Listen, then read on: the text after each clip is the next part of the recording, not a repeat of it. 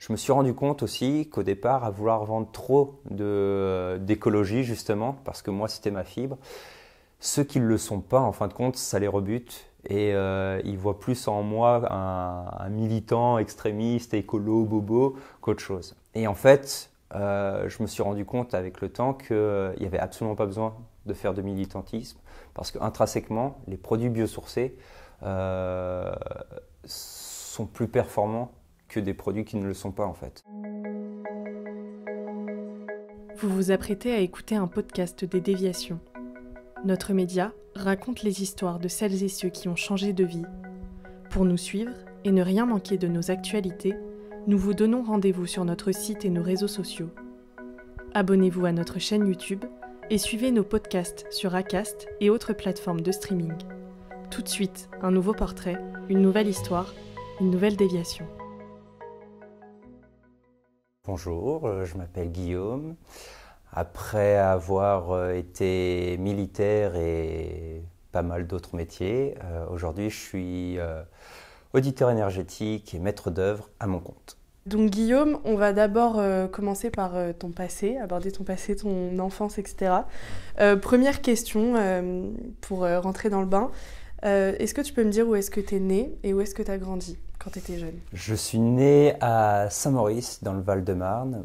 Alors j'y suis que né, ensuite j'ai grandi à Reny-sous-Bois dans le 93.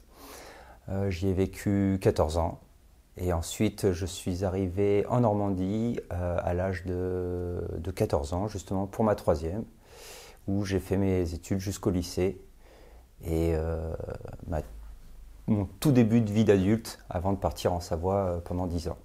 Une chose que j'ai notée quand on avait discuté ensemble, c'est que tu avais pas mal de passions quand tu étais petit, et notamment des passions que tu partageais avec ton papa. Est-ce que tu peux me dire lesquelles et de quelle façon est-ce que vous les partagiez ensemble? Alors oui, effectivement, j'ai eu toujours beaucoup de passions communes avec mon papa. J'ai pendant longtemps été une sorte de clone de lui. Et donc mon papa c'était un petit peu un geek, un fan de séries, de films, des choses comme ça. Et donc effectivement il m'a transmis cet amour-là. Mais surtout ce qu'il m'a transmis c'est la BD, l'amour de la BD, lire des BD, dessiner aussi parce que c'est un super dessinateur. Et moi aussi aujourd'hui je dessine. Et alors moi il y a moins de talent que lui, c'est moins naturel, mais c'est plus à force de travailler. En fait, je l'ai toujours imité et donc à force de dessiner, voilà, je me débrouille un petit peu aujourd'hui. Mais ouais, effectivement, avec mon papa, ouais, on a beaucoup de passions en commun et ça continue encore aujourd'hui. Ouais. Et est-ce qu'il y a des choses que tu préférais dessiner, des jeux auxquels tu préférais jouer, plutôt aventure, guerre, je ne sais pas? Ouais, ça m'a... Effectivement, alors c'est marrant de se dire ça parce qu'en fin de compte, aujourd'hui, je joue avec ma fille exactement comme mon père jouait avec moi. Donc ça veut dire au Lego, et c'est beaucoup des jeux d'action en fait, parce que j'ai été un peu biberonné aux films d'action avec voilà, des policiers, etc. Star Wars, qui m'a conditionné à être quelqu'un de bien dans la vie. Et donc, ouais, c'était plus ce genre de jeu, des jeux créatifs, un peu geeks. Voilà. Et ça te plaisait à tel point que quand tu étais petit, tu voulais faire un métier un peu en lien avec l'action, plutôt policier comme tu l'as évoqué, ou aussi pompier. Est-ce que tu peux me parler de cette envie quand tu étais petit? Effectivement, j'ai vécu dans le 93 avec un papa policier, des injustices, des choses pas cool, j'en ai vu pas mal. Effectivement, ça forge et mon père c'était un petit peu le chevalier blanc dans tout ça. Ça a toujours été quelqu'un que j'ai pris en exemple et donc du coup effectivement pendant très longtemps je me vouais à être policier ou pompier. Un peu plus pompier parce qu'il y avait le côté la tenue du pompier, le casque. Donc pendant longtemps ça a été pompier mais voilà, pompier, policier, voilà, un métier d'action. Je me voyais pas travailler dans autre chose que ce genre de métier-là. Et des métiers d'action, il y en a plein. Pourquoi ces deux-là précisément? Qu'est-ce qui te plaisait dans ces deux corps de métier? Encore une fois, ce qui m'a plu dans ce métier-là, c'est que je répétais un petit peu ce que je voyais dans les films, en fait. C'était un peu... forcément, j'avais une image édulcorée de tout ça, bien, mal. Donc je me voyais un peu aussi prendre à mon tour le rôle de chevalier blanc. Et surtout, c'était l'envie de protéger les autres, de protéger les autres tout simplement, en fait. Donc j'avais cette vision un peu idéaliste du policier. Donc voilà, c'était le métier vraiment qui m'inspirait le plus à l'époque. Ouais. Bon, avant de faire ça, tu as dû passer par la case école, un peu comme tout le monde. Est-ce que tu peux me dire comment ça s'est passé pour toi en primaire et au collège aussi, l'école? Eh bien, l'école pour moi, c'était chouette pour voir les copains. Après, j'ai pas été forcément un très bon élève. J'ai pas été un mauvais élève non plus. J'étais plutôt moyen. J'étais abonné au Peut mieux faire presque toute ma scolarité. Jusqu'à ce que j'arrive en fin de collège, donc en troisième, et où là je commence à redoubler les classes une par une, et où très clairement j'étais pas du tout motivé là-dedans. Ce qui a joué aussi, c'est que j'ai déménagé, donc entre Rosny-sous-Bois et Coutances en Normandie. Le niveau était clairement pas le même. En fait, en Normandie, on finit les programmes. Donc, quand je suis arrivé en troisième à Coutances, il parlait de choses dont j'avais absolument pas vu. Enfin, donc voilà, j'ai eu un redoublement dû à mon manque de niveau, tout simplement. Et ensuite, j'ai fait une très bonne deuxième, troisième. Et pour montrer mon degré d'implication à l'école, l'année où j'ai redoublé ma troisième, c'est aussi l'année où j'ai eu mon brevet des collèges. Parce qu'en fait, on m'avait dit que je repasserais le brevet l'année d'après. Et du coup, il n'était pas question que je repasse l'épreuve. Donc du coup, paradoxalement, voilà, j'ai redoublé et j'ai eu quand même mon brevet cette année-là. Et quand tu es arrivé au lycée, tu as dû à un moment faire un choix d'orientation, un peu de filière. Toi, tu as choisi une filière technologique et pas une filière pro, par exemple. Pourquoi cette filière-là? Comment est-ce que tu as fait un peu ton choix d'orientation? En fait, au début, je suis arrivé en filière générale. J'ai fait une seconde générale parce que... en fait, j'ai été mal orienté. Mes parents n'étaient pas forcément très au courant de tous ces processus-là.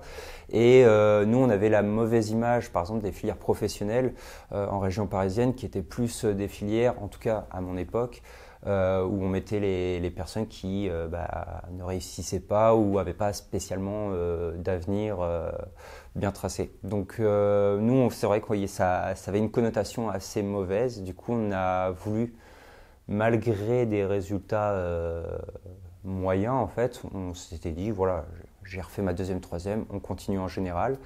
La deuxième, le problème, c'est qu'il y a eu un niveau qui a été encore différent entre la troisième et la seconde. Donc moi, vu que j'avais fait une deuxième bonne troisième, j'y suis allé pomped up.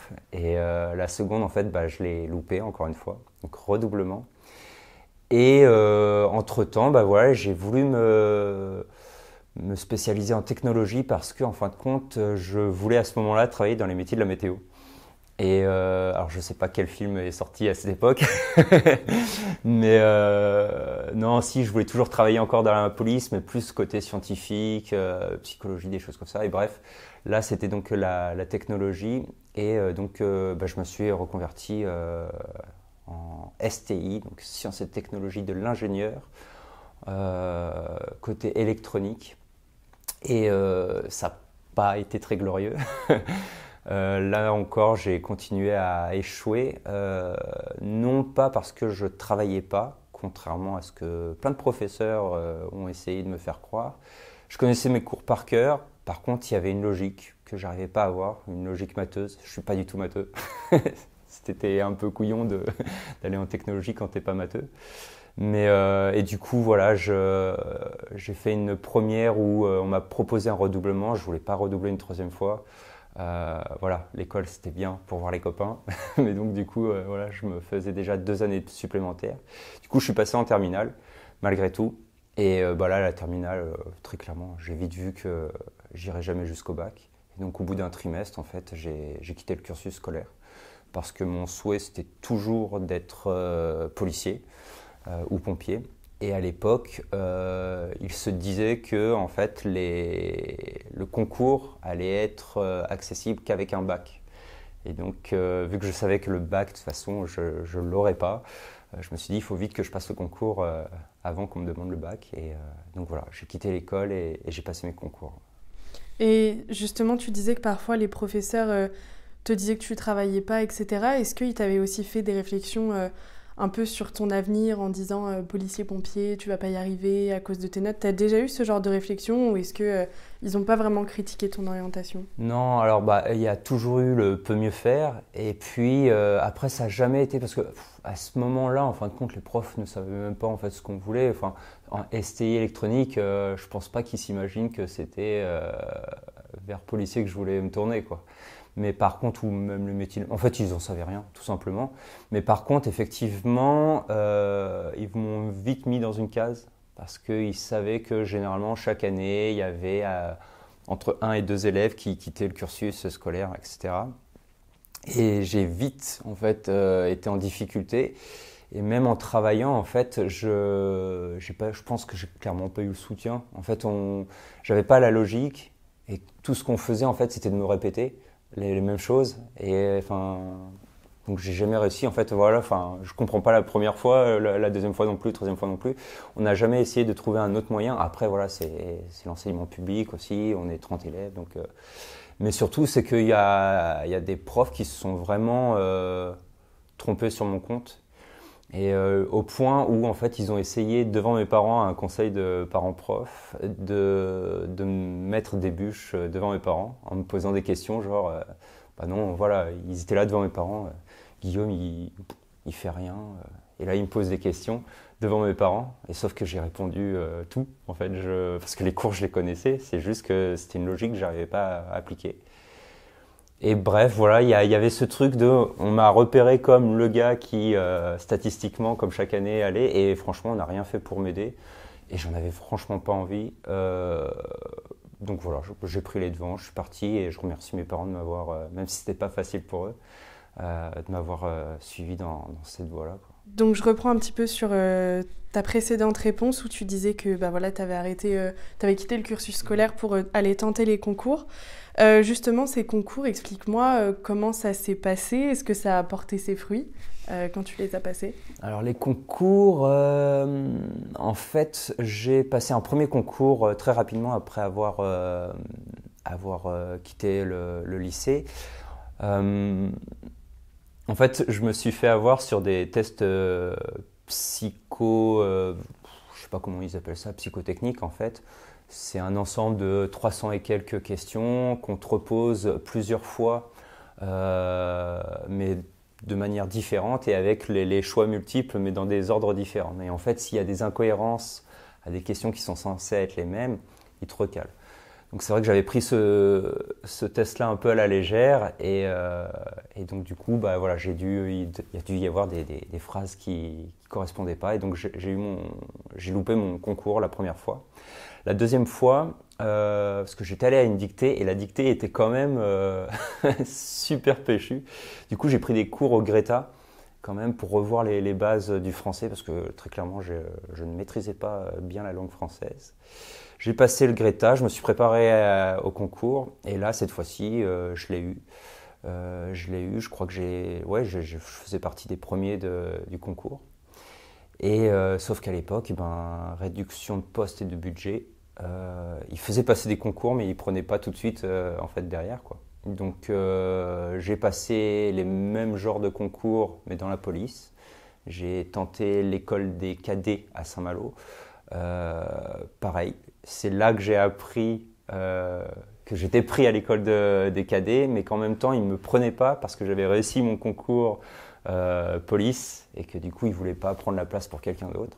Du coup, j'étais plutôt content sur le coup, mais sauf que un an et demi, 2 ans se sont passés et je suis toujours pas rentré en école, quoi. Et donc, à force d'attendre, tu finis par te dire en 2010, je vais aller à l'armée. C'est ça, 2010.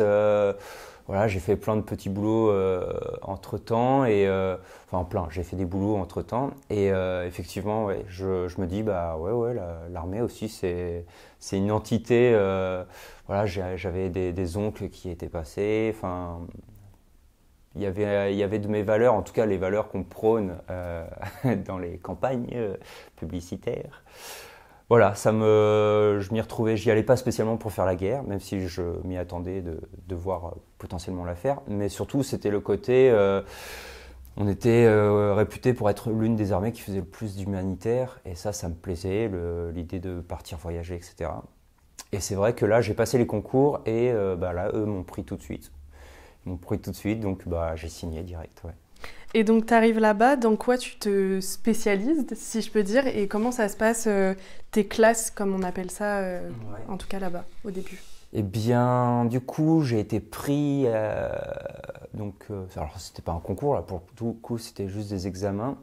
Je suis pris et on me demande où est-ce que tu veux être affecté. Et moi, en fait, la seule réponse que j'ai eue, c'est là où on fait le plus de sport. Et on me répond du coup que c'est au 13e BCA à Barbie, à côté de Chambéry. Et voilà, j'étais très bien classé dans le concours, donc, enfin le concours, dans les épreuves. Donc du coup, j'ai eu ma place à Chambéry. Je monte à Chambéry, c'était la première fois de ma vie que j'allais à la montagne, déjà dans un premier temps. Et puis voilà, j'ai passé des classes qui étaient, donc c'était 6 mois, 3 mois à Gap, 3 mois à Chambéry, qui étaient juste génial. Franchement, j'ai vu des paysages, j'ai fait sportivement des choses que je pense que j'aurais peut-être jamais fait si j'étais pas allé à l'armée. C'était vraiment super. Malgré tout, j'étais un peu frustré parce que on va dire qu'on côtoyait des personnes, on dit que c'est des papillons ces gens-là parce qu'en fin de compte ils ont vu de la lumière, ils sont venus.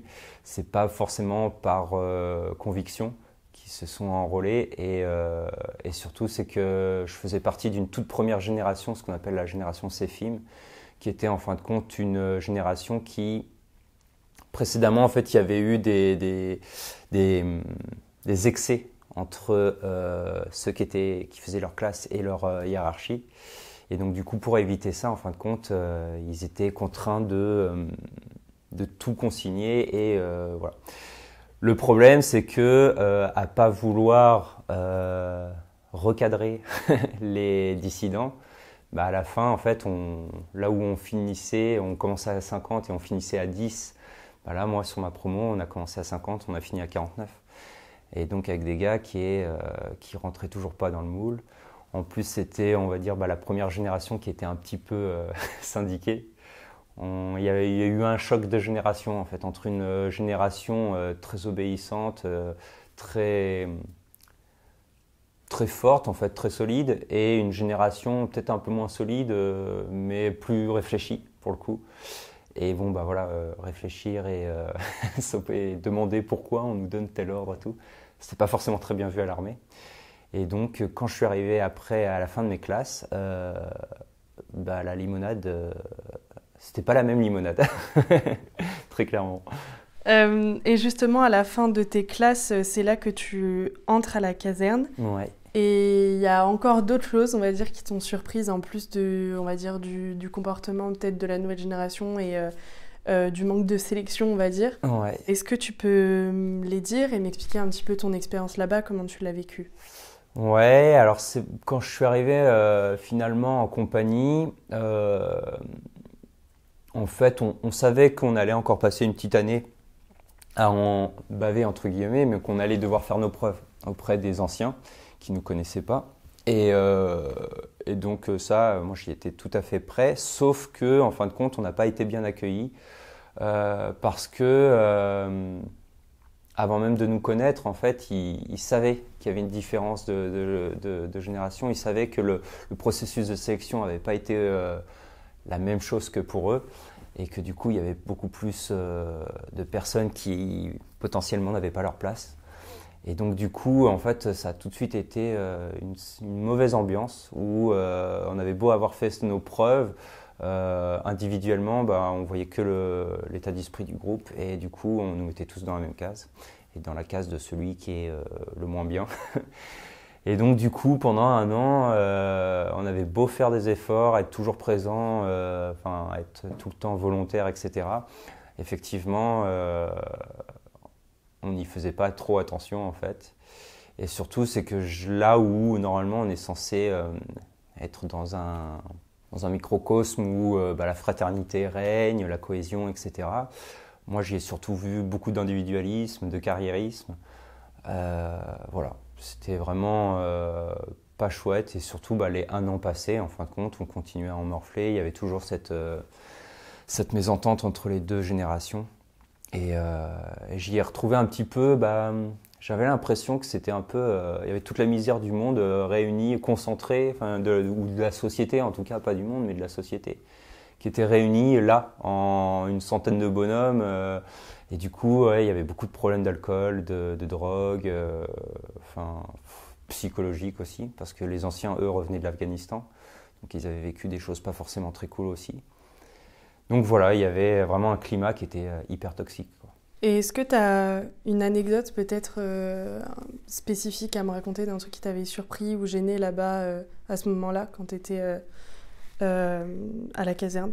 J'ai eu la chance, entre guillemets, non, la malchance, oui, de faire partie de la section la plus médiatisée à l'époque de France. Pourquoi? Parce que, en fin de compte, c'était passé dans le journal de 13h, il y avait des gars qui s'étaient amusés à faire la quenelle devant une synagogue. Et il s'avère que c'était des gars de ma section qui, en patrouille, on se sont amusés à faire la quenelle. Enfin, bref, très stupide. Ensuite, il y a eu un fait divers aussi à Chambéry où il y a des militaires qui, parce que leurs potes, ils étaient en train de circuler dans Chambéry, et il y a des gars qui vont en boîte de nuit, qui ont un mauvais comportement, qui sont sortir de la boîte de nuit.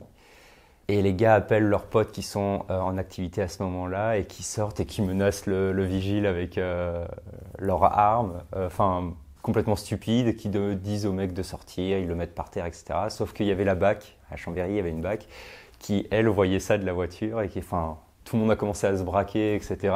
Des histoires stupides. On avait le numéro 1 des forces pro-russes dans ma section, c'était mon caporal. Alors pourquoi je dis ça? Parce qu'en fin de compte, à ce moment-là, c'était pas le cas, mais un peu plus tard, en fin de compte, il a eu un comportement déplacé envers un gars. Ils lui ont fait beaucoup de mal, et donc du coup, ce gars a été viré. Et en fait, peu de temps après, c'était pendant la guerre de Crimée. Il s'est retrouvé numéro 1 des forces pro-russes. Il faisait la une des médias russes, etc. Et pareil, il était encore passé au journal de 13h. Donc tous les derniers événements que j'ai entendus de l'armée, sur des faits divers, c'était des gars, c'était même pas de mon bataillon, quoi. C'était vraiment de ma section, voire même de mon groupe de combat. Enfin bref, c'était pas très glorieux, des gars qui psychologiquement n'auraient pas dû rester, sont pas restés du coup, mais voilà, non, c'était, y a plein de choses très bizarres qui se sont passées. Il y en a eu des très bien aussi, mais beaucoup plus que je retiens qui étaient très négatives. Et une des choses aussi qui t'avait gêné, c'est que tu t'attendais à faire quand même pas mal de préparation physique à ce moment-là. Et finalement, il y en avait peu et vous passiez plus votre temps à faire des tâches telles que le ménage ou des choses comme ça, de la peinture. Est-ce que tu peux m'en parler aussi? Très clairement, on a eu une période de 6 mois pendant laquelle il ne s'est absolument rien passé. On n'a pas fait de terrain, on n'est pas parti faire des exercices en extérieur. Donc le matin, on avait notre footing quotidien. Mais pendant 6 mois, sinon, le reste de la journée, on n'avait rien à faire. Et j'aurais jamais cru dire qu'être payé à rien faire, c'était l'enfer. Mais en fin de compte, on était dans nos chambres. On était des chambres ça allait de 4 à 6. Et on faisait rien. On attendait que potentiellement, on nous appelle pour faire quelque chose. Du coup, on passait notre temps sur la console ou autre chose, à lire. Mais ce côté d'être toujours en attente, c'est psychologiquement, au bout d'un moment, moi, j'arrivais pas à m'en défaire. Et donc, à chaque fois que je voulais faire preuve d'initiative et demander s'il y avait besoin de quelque chose, soit on me répondait que non, ou soit alors c'était repeindre la salle de commandement, c'était bouger un placard d'une pièce A à une pièce B. Voilà, moi je demandais pendant ces temps creux au moins d'aller à la salle de sport pour s'entraîner physiquement en fait, faire du sport. Enfin, moi on m'avait dit que c'était le régiment où on faisait le plus de sport quoi. Et en fait j'ai énormément perdu de conditions physiques parce qu'en fait à chaque fois on me répondait que non, à tout moment on peut avoir besoin de toi pour faire quelque chose, mais alors déjà d'une c'était vraiment rare et en plus c'était vraiment pour des choses nulles. Et j'y ai paradoxalement perdu beaucoup de ma condition physique à l'armée en fait. Et au cours de ta carrière de militaire, il y a un moment où tu pars au Gabon. Et là encore, là-bas, ça se résume à 6 mois d'attente finalement. Et du coup, je suis allé au Gabon avec l'armée. On a été exporté là-bas. Il faut savoir qu'avant d'être exporté dans un pays étranger, on passe des tests forcément de santé. Et il s'avérait que j'étais tout à fait apte, malgré que j'avais eu des petits incidents de santé à l'armée. On m'a dit oui, je suis apte à partir au Gabon. Donc je suis soldat, je dis ok, je pars au Gabon. Arrivé au Gabon, il s'avère qu'on fait des stages commando en jungle. Et même avant ces fameux stages-là, on fait des randonnées en jungle. Et les forts taux d'humidité, etc., font que j'ai mes problèmes de santé qui reviennent. Je me mets à cracher du sang, etc. Donc là, en soi, c'est pas la faute de l'armée, hein, mais du coup, quand on me rapatrie au bataillon, à Libreville, je vais voir le médecin et le médecin m'apprend qu'en fin de compte, sur mon dossier médical, j'avais une annotation comme quoi j'étais en résidence stricte en fait. Donc ça voulait dire que je pouvais aller au Gabon, par contre il était hors de question que je sorte du bataillon pour faire des activités en extérieur en fait. Mais ça moi je ne le savais pas, on ne me l'a pas dit. Et du coup quand ça s'est su, tout de suite il y a tout un vent d'animosité qui s'est un peu tourné vers moi en me reprochant que je volais la place de quelqu'un d'autre qui n'avait pas été exporté, etc. Et surtout, c'est que de 6 mois, j'ai plus rien fait, quoi. Alors que j'étais encore très volontaire et tout, je me suis occupé surtout de la popote. Mais pareil, il y avait ce climat encore entre générations qui était vraiment très néfaste. Et en fait, on n'a rien fait. Moi, je pensais qu'à défaut de suivre l'actualité qui était un petit peu dangereuse, on allait au moins, je sais pas, se mêler à la population pour les aider pour X raisons. Et en fait, on n'a rien fait. Des stages commando. Et sinon, on a attendu.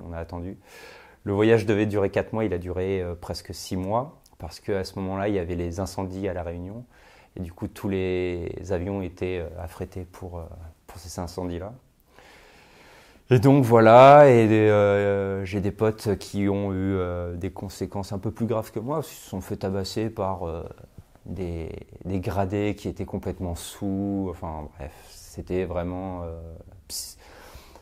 psychologiquement, pour moi physiquement, hormis mon problème de santé, ça allait, mais psychologiquement par contre c'était toxique en fait. C'est très très très étrange et je crois que il n'y a que ceux avec qui j'ai vécu ça qui peuvent voir de quoi je parle, mais en fait, c'est au-delà des brimades, etc. Enfin, ça arrive avec plein de personnes, quoi. Mais c'est une ambiance, quoi. C'était une ambiance qui était vraiment particulière et toxique. En fait, j'ai l'impression, quand tu parles et de ton expérience dans la caserne en France et au Gabon, que tu as un peu passé ton temps à attendre qu'il se passe quelque chose. Et qu'au final, t'as pas tant fait de choses qu'on imaginerait qu'un militaire fasse. Alors effectivement, dans mes missions de militaire, effectivement, j'ai fait le Gabon. Mais au final, où on est arrivé entre deux périodes où il ne s'est rien passé, donc nous on a eu moi ce que j'appelle la chance, parce que du coup, même si j'étais préparé à le faire, on n'a pas fait la guerre ou quoi que ce soit. Donc c'est plutôt bien. Mais après, non, effectivement, moi j'ai fait partie du groupe. En fait, à ce moment-là, dans l'armée française, on testait tout un nouveau matériel militaire.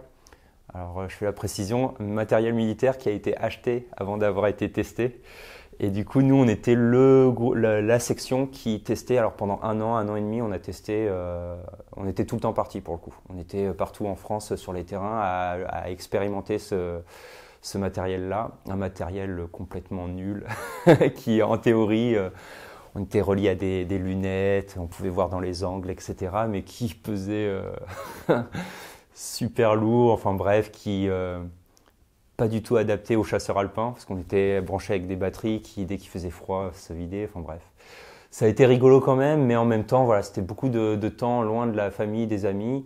Il y en a plein qui se faisaient porter pâle parce que justement, ils voulaient pas de ça. Et donc du coup, ça a contribué aussi à mettre un mauvais climat entre les vieilles générations et la nôtre, parce que du coup, encore une fois, on a mis tout le monde dans le même panier. Et donc, on appelle ces gens-là des crassous, ou ceux qui souffrent de tendinite de la gorge. C'est ridicule, mais c'était pour décrire un peu ces gars-là. Et en fin de compte, on nous a mis tous dans le même panier.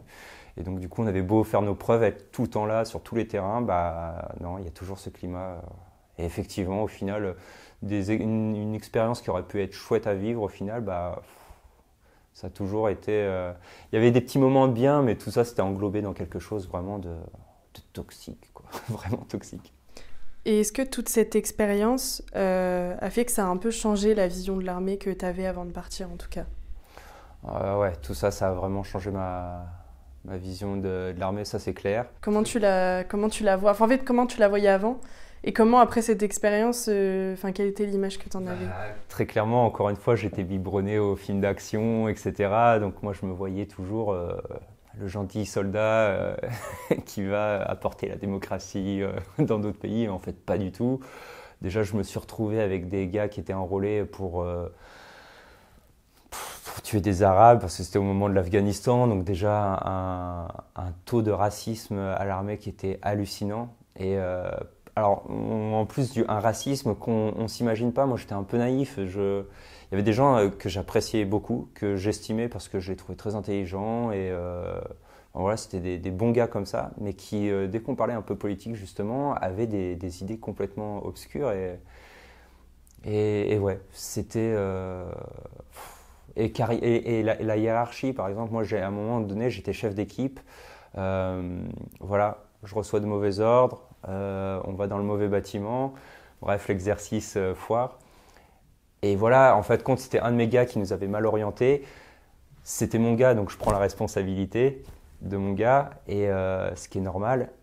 Et sauf que celui qui est au-dessus de moi, lui, pas du tout, non, c'est la faute de Guillaume, voilà, et ainsi de suite. Et on est là, mais comment aller au front avec quelqu'un, avec ces gens-là, quoi, qui vous lâchent au moindre truc. Donc, non, le côté fraternel, etc., je ne l'ai pas du tout eu. Très clairement, j'avais pas du tout envie de donner ma vie pour la patrie, là, très clairement. Non, aux antipodes de ce qu'on nous vend dans les pubs à la télé. Ouais. En 2014, tu finis par quitter l'armée. Ouais. Et tu m'avais dit qu'au moment de partir, tu étais limite en dépression, en fait, à ce moment-là. Alors, est-ce que tu peux m'expliquer la fin de ton périple à l'armée, le moment où tu décides de partir, et du coup, quel était ton état mental à ce moment-là? Alors moi, je dis que j'étais en dépression. Après, je ne l'ai pas fait forcément reconnaître, mais c'est plus maintenant que je me rends compte que certainement j'avais traversé une dépression. Mais effectivement, j'ai eu mes problèmes de santé qui se sont aggravés. Moi, très naïvement et très bêtement, j'ai voulu continuer à faire du terrain, malgré mes problèmes de santé, pour pas être associé à justement d'autres qui chipotent. Sauf que je faisais qu'empirer mes problèmes de santé, qu'on reconnaissait toujours pas ma valeur et le fait que malgré tout ça, j'étais encore là. Et donc très clairement, je voyais certains qui pétaient un câble littéralement. Et je me suis dit, voilà, il faut que je parte. Il faut que je parte avant. J'y ai déjà perdu ma condition physique, j'y ai perdu ma santé physique aussi. Il fallait pas que je perde ma santé mentale. Du coup, ouais, j'ai été en arrêt pendant 1 an. Donc on était en 2013. Pendant 1 an, j'ai été en arrêt. Et en attendant justement qu'on me réforme. Mais ça a mis un temps incroyable. Il faut savoir que j'étais parmi les derniers de ma promo. Parce qu'au final, au bout d'1 an de vie en caserne, sur les 50 qui étaient arrivés, on n'était plus que 10. Et moi, quand je suis parti, ouais, on n'était plus que 3-4 de ma promo. Et donc j'ai vraiment essayé de tenir le plus longtemps possible. Voilà, donc j'étais en arrêt pendant 1 an et au bout d'1 an, enfin, ils m'ont réformé. Et enfin, j'ai pu trouver un autre emploi parce que pendant ce temps-là, j'étais vraiment payé à rien faire, hein. Je continuais à recevoir ma solde, mais moi, j'avais qu'une envie, c'était de passer à autre chose. Mais paradoxalement, j'avais pas du tout confiance en l'armée et du coup, j'avais peur qu'ils me rappellent en fait que donc du coup, j'avais vraiment pas à l'esprit de trouver un autre métier, enfin de me réorienter dans. Et là encore une fois, j'ai passé presque 1 an de ma vie dans mon appart à vivre dans le coin en fait. J'ai pas profité, j'aurais pu partir voyager en attendant, enfin des choses comme ça. Non, encore trop discipliné bêtement. mais, euh, mais oui, voilà. Donc tu pars de l'armée et comme tu l'as dit, après tu as pu retrouver un emploi une fois qu'il c'était définitivement fini. Donc là, tu as eu pas mal d'envies, d'expériences, d'abord des envies de photos, puis ensuite tu as été vendeur dans un magasin jusqu'à avoir envie de construire tes propres planches de skateboard. Est-ce que tu peux me résumer un petit peu tout ce parcours professionnel rapidement en quelques mots pour qu'on comprenne? Du coup, voilà, en sortant de l'armée, donc pendant cette petite année où je suis resté en stand-by chez moi, j'ai fait du skate. J'aimais bien, j'ai toujours bien aimé faire du skate et il y avait une petite crew à Chambéry qui faisait du longboard, donc c'est du skate en descente. Et les planches sont chères et moi j'ai toujours bien aimé bricoler et j'avais vu comment faire mes propres planches de skate. Et du coup, pendant 1 an, je me suis amusé à faire des planches de skate pour qui en voulait. Donc je m'étais fait dans mon grenier la presse, etc. Et donc c'était bien rigolo. Et au bout d'un moment, je me suis dit pourquoi pas en faire un métier, quoi. Parce qu'en fin de compte, j'ai rencontré quelqu'un qui était ébéniste et qui, en voyant mon travail, en fait, a dit mais pourquoi t'en fais pas ton travail, quoi. Et je me suis dit mais oui, en fait, depuis gamin, je bricole. Enfin, toujours été très créatif, mais je m'étais jamais imaginé, encore une fois, tout ce qui était métier manuel, etc. Genre, dans ma famille, on ne le voyait pas spécialement bien. Et donc, du coup, ouais, je m'étais jamais imaginé travailler là-dedans. Dans un premier temps, j'ai d'abord travaillé pour une grande marque de librairie.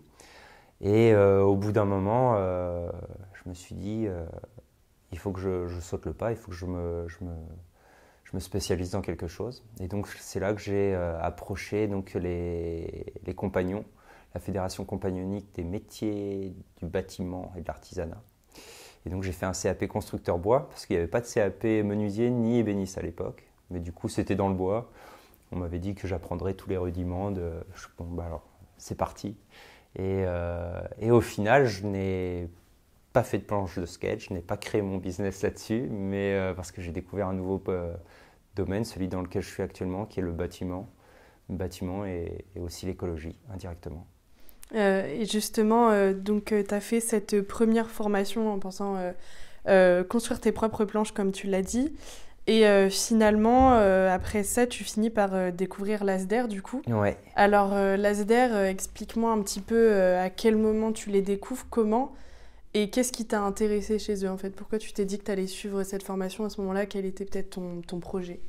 Alors du coup, après mon CAP constructeur bois, je suis resté en fait, j'ai pas trouvé de boulot tout de suite. J'avais fait quelques missions en tant que charpentier, mais financièrement, on n'avait qu'une voiture avec ma compagne de l'époque et du coup, je pouvais pas bouger en fait pour aller vers les entreprises, etc. qui recrutaient. Et du coup, je suis revenu à mon métier de libraire pendant 1 an et en essayant de créer ma propre structure en fait, mais sans avoir aucune idée de comment on faisait. Et donc du coup j'ai fait quelques boulots au black du coup pour des boutiques dans les rues commerçantes de Chambéry. et tout en étant libraire à côté. Et c'est mon beau-frère en fait qui était beaucoup dans tout ce qui était permaculture, écologie, etc., qui a entendu parler de l'ASDR, d'une formation de chef d'équipe en performance énergétique du bâtiment, et qui m'en a parlé. Et moi, j'y ai vu l'opportunité justement de monter en compétences parce que ça me démangeait trop de travailler dans ce domaine-là, et surtout que avec les compagnons, j'avais découvert que qu'on faisait de l'écologie dans le bâtiment, alors que c'est pourtant l'un des secteurs les plus polluants, enfin c'est le secteur le plus polluant en France. Et du coup, je me suis dit, allez, c'est l'occasion de monter en compétences. J'avais fait un premier entretien avec Simon, qui est donc le recruteur à l'ASDR, et suite à ça, en fin de compte, économiquement, nous on ne pouvait plus rester vivre à Chambéry, et du coup il était question de venir en Normandie. Donc j'avais dit non une première fois, et Simon m'a rappelé en me disant c'est quand même dommage parce que tu as un profil qui nous plaît bien, etc. Et je me suis dit,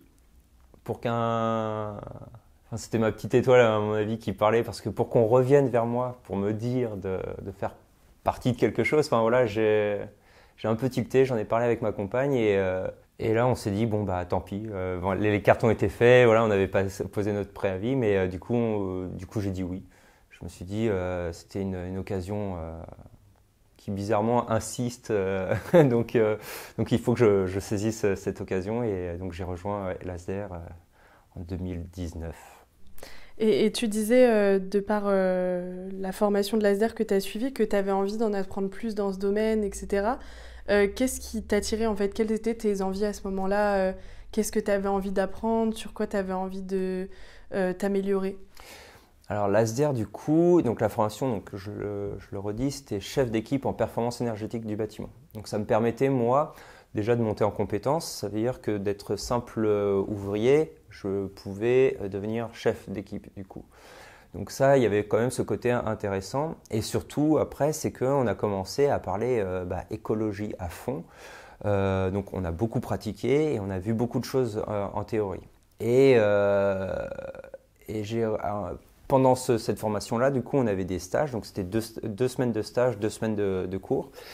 Et moi, j'ai trouvé une entreprise par chez moi en Normandie, donc Xavier Lair à Auville, qui faisait de la charpente, de la menuiserie et charpente, menuiserie et isolation, qui est un rénovateur BBC, bâtiment basse consommation, et qui est quelqu'un de très passionné et qui avait pour ambition de trouver quelqu'un pour le suppléer dans sa tâche alors pas de patron, mais en gros d'être un peu son assistant, que ce soit d'un point de vue commercial, comme un point de vue driver ces gars qui, vu que moi j'étais en train d'acquérir certaines connaissances, driver ces gars qui eux le faisaient mais n'avaient pas forcément les formations et ne comprenaient pas forcément ce qu'ils faisaient, quoi.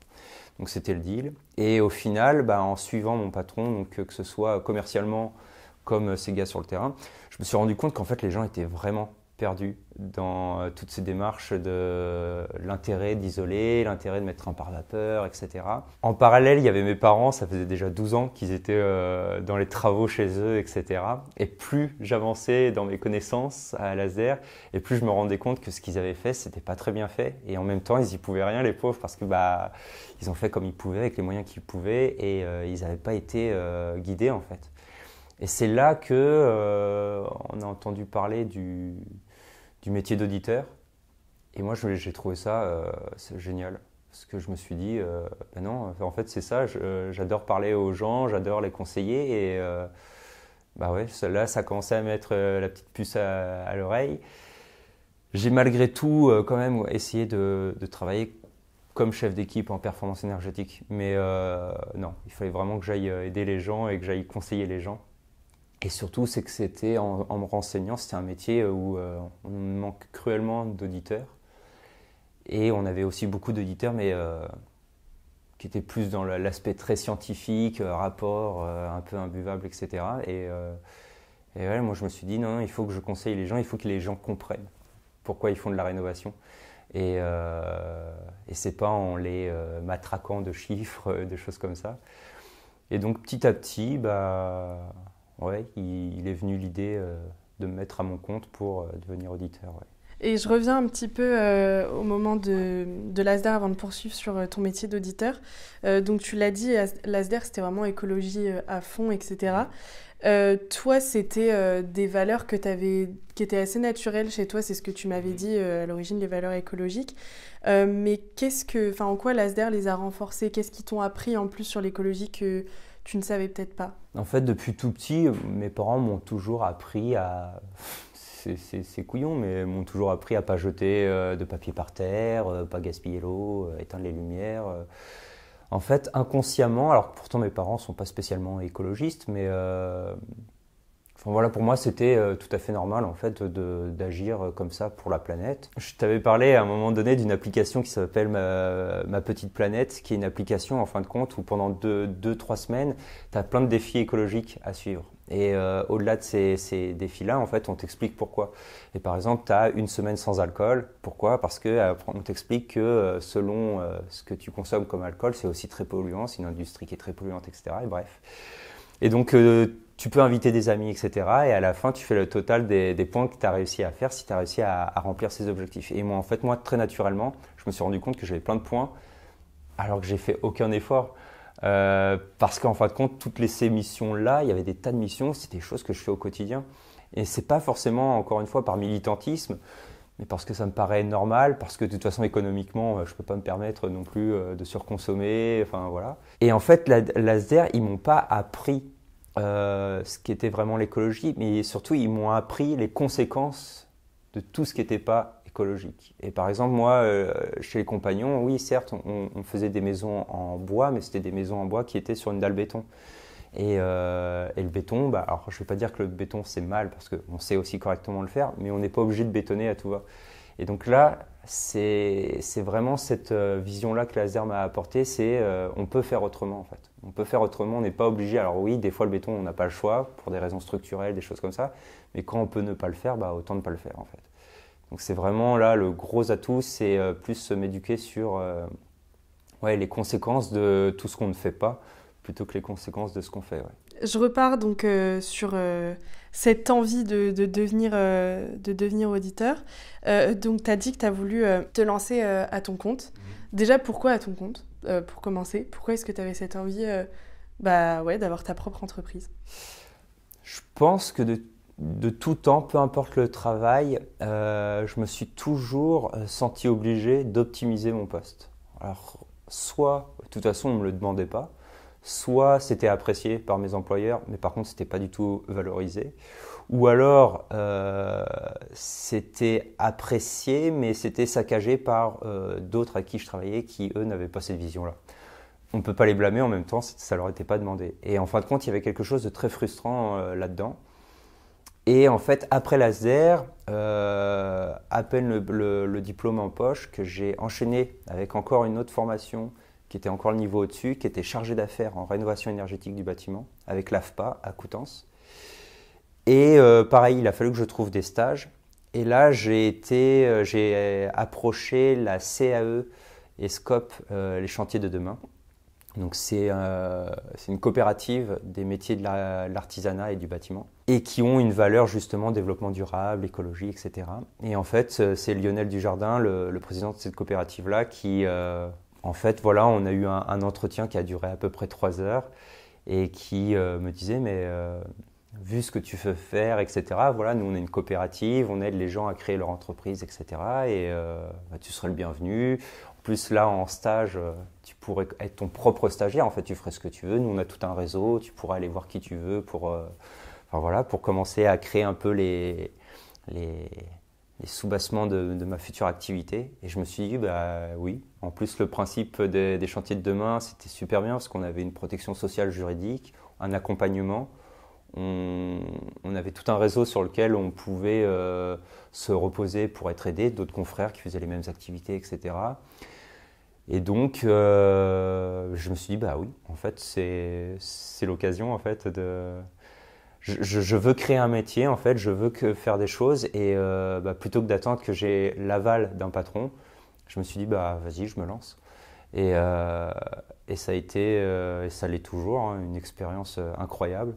Au tout début, je pensais créer une activité qui, en fin de compte, n'était pas rémunérable, financièrement pas viable, parce qu'en fin de compte, c'était du conseil de façon générale pour les clients sur leur rénovation. Sauf que, par exemple, Asder fait partie du réseau France Rénov et eux, ils font ça gratuitement, en fait.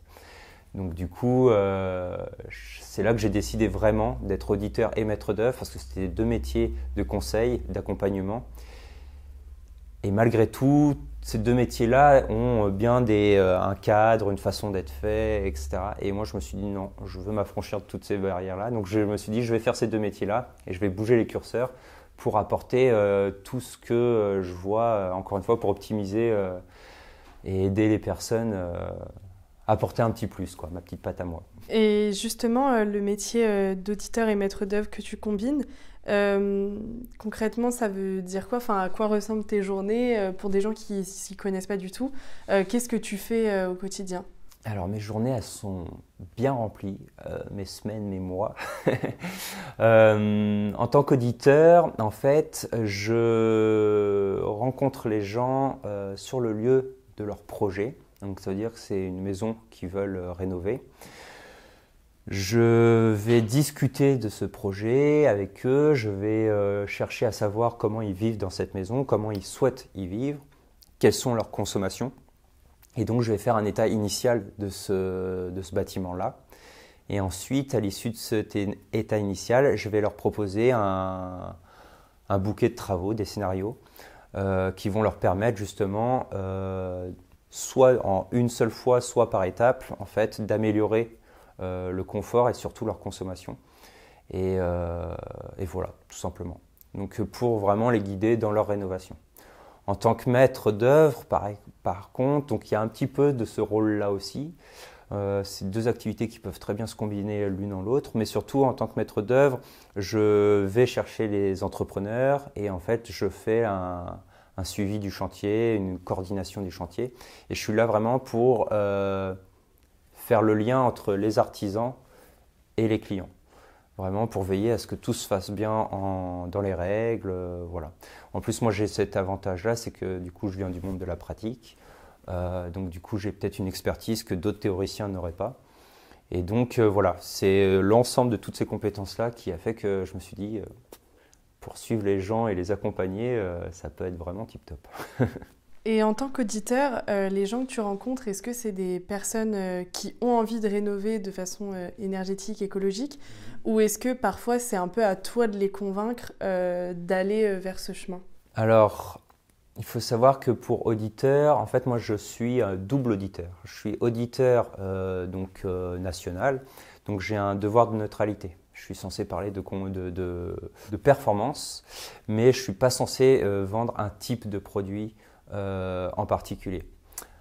Mais je suis aussi auditeur conventionné par la région Normandie. Et donc là, à la région Normandie, on a un cahier des charges qui va au-delà du cahier des charges national et qui a pour but justement de promouvoir tout ce qui est durable, biosourcé, etc.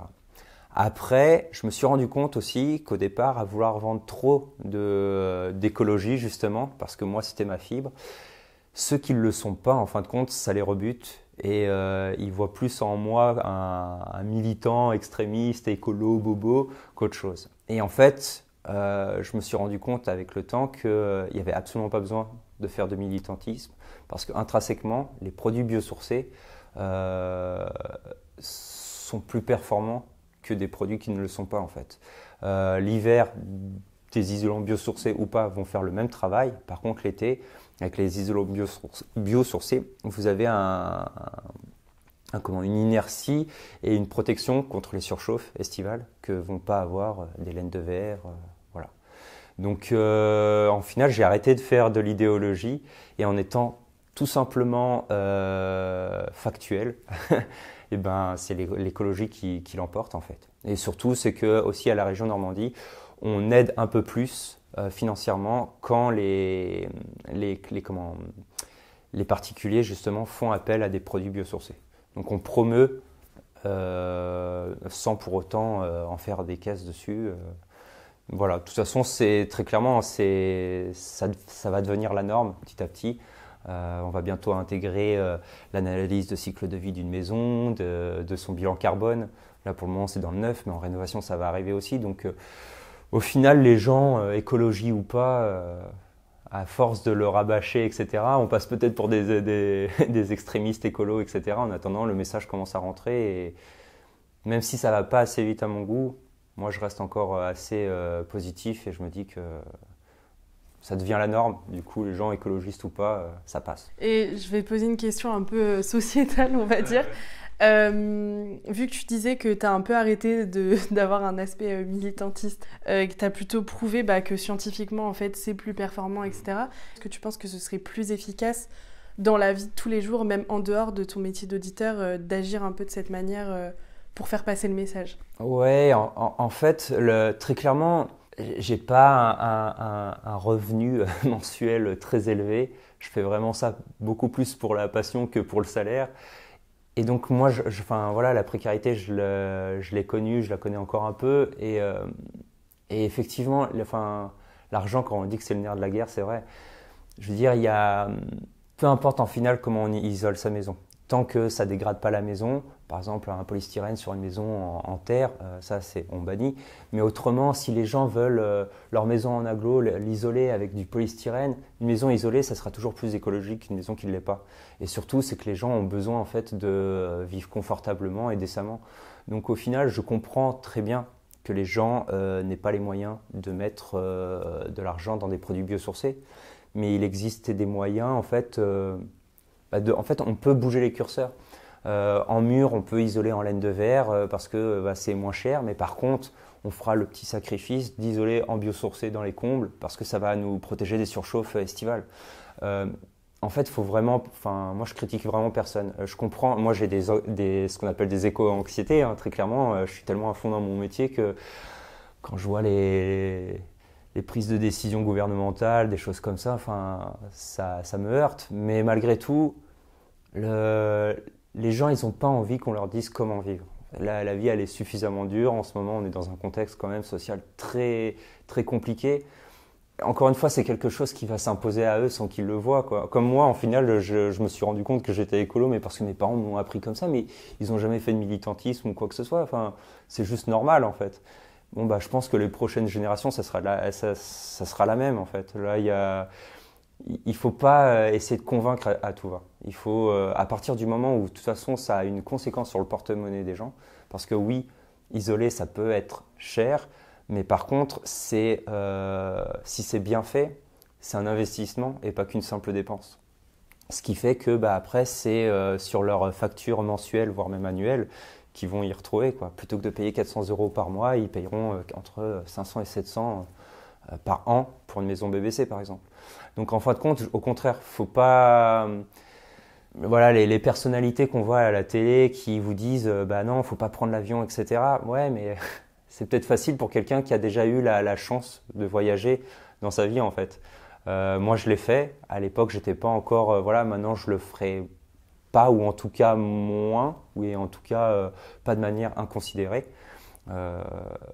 Mais sinon, non, je vais pas En fait, il faut pas qu'on s'arrête de vivre, malgré tout. Après, il se passera ce qui se passera, mais la vie est trop courte. Et là, on est plein, par exemple, à souffrir d'éco-anxiété et de se dire, on se prive de choses. Et à l'échelle de notre vie, de façon très réaliste, il n'y aura pas grand-chose certainement qui aura changé, en fait. Et moi, je serais peut-être passé j'ai pas non plus envie de mourir avec des regrets, quoi. L'important, c'est qu'on fait tous des efforts à notre échelle et c'est ça qui va faire la différence. Mais être extrême dans tout, moi je le dis, j'ai beau vanter l'écologie, je suis un gros consommateur d'eau. Donc là où je pourrais gagner plus de points sur mon application Ma Petite Planète, à la rigueur, ça serait justement de faire des douches beaucoup moins longues, tu vois. Donc non, faut pas culpabiliser les gens, il faut juste leur montrer de façon factuelle ce que ça apporte de bien, quoi. Et la sobriété, c'est pas tous on arrête de prendre des douches de 10 minutes. Non, c'est si toi, tu prends des douches de 30 minutes, bah, c'est d'essayer de réduire à 15. Et si moi, j'en prends à 15, d'essayer de réduire à 5, en fait. La sobriété, on n'est pas tous égaux face à la sobriété. On fait tout ce qu'on peut, quoi. Mon associé et âme sœur, là, lui, est beaucoup plus militant que moi. Il calcule son bilan carbone à chaque fois, donc il sait que bah, potentiellement, il reprendra que l'avion pour se faire un voyage, que s'il en a vraiment très envie, et qu'au bout de tant de temps, quand il aura comblé... moi, je me pose pas cette question-là. Très clairement, j'ai une fille. Si un jour on rêve d'aller au Japon, par exemple, si j'ai l'opportunité d'aller au Japon, j'irai au Japon. Mais parce que je fais aussi déjà beaucoup d'efforts à côté, quoi. Donc voilà. Bon, après l'avion, c'est vraiment les extrêmes. Mais on n'a pas tous le loisir de prendre le train ou le bateau pour partir voyager en Islande, hein. Les gens, ils ont qu'une semaine, 2 semaines. Si c'est pour passer tous leurs vacances dans le trajet, enfin voilà, il faut juste que ce soit voilà, que ce soit pas bête en fait. Et pour terminer cette interview, je reviens sur ton métier à toi. Tu as dit que tu le faisais avant tout par passion. Alors pour terminer, est-ce que tu pourrais me dire justement qu'est-ce qui te passionne dans ton métier, en quoi tu te sens utile? Mes métiers me passionnent parce qu'en fait, déjà dans la vie de tous les jours, voilà, j'ai 36 ans, tous mes amis ont la trentaine, voire plus, et on est tous à des moments de nos vies où en fin de compte on fait des acquisitions immobilières, des choses comme ça, et on est tous confrontés à ces problématiques-là. Et en fait, je suis en capacité de venir en aide à tout le monde, de conseiller les gens. Ça, c'est plutôt chouette parce que c'est pas des petits investissements dans la vie.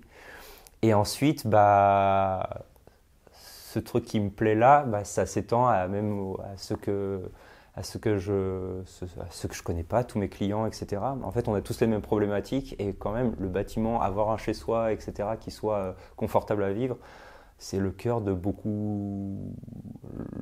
vie de beaucoup de personnes, je pense. Non, ouais, ça me plaît parce que je les conseille, j'essaye de faire de l'humain, de la communication. Je me rends compte qu'en fait, à travers tous les métiers, les petits comme les gros, tout ce qui m'a plu à chaque fois, c'était transmettre mes connaissances et aider les gens. Et là, ouais, c'est encore une fois, je le fais pas pour le salaire et sinon, très clairement, je ferais pas ce boulot-là non plus.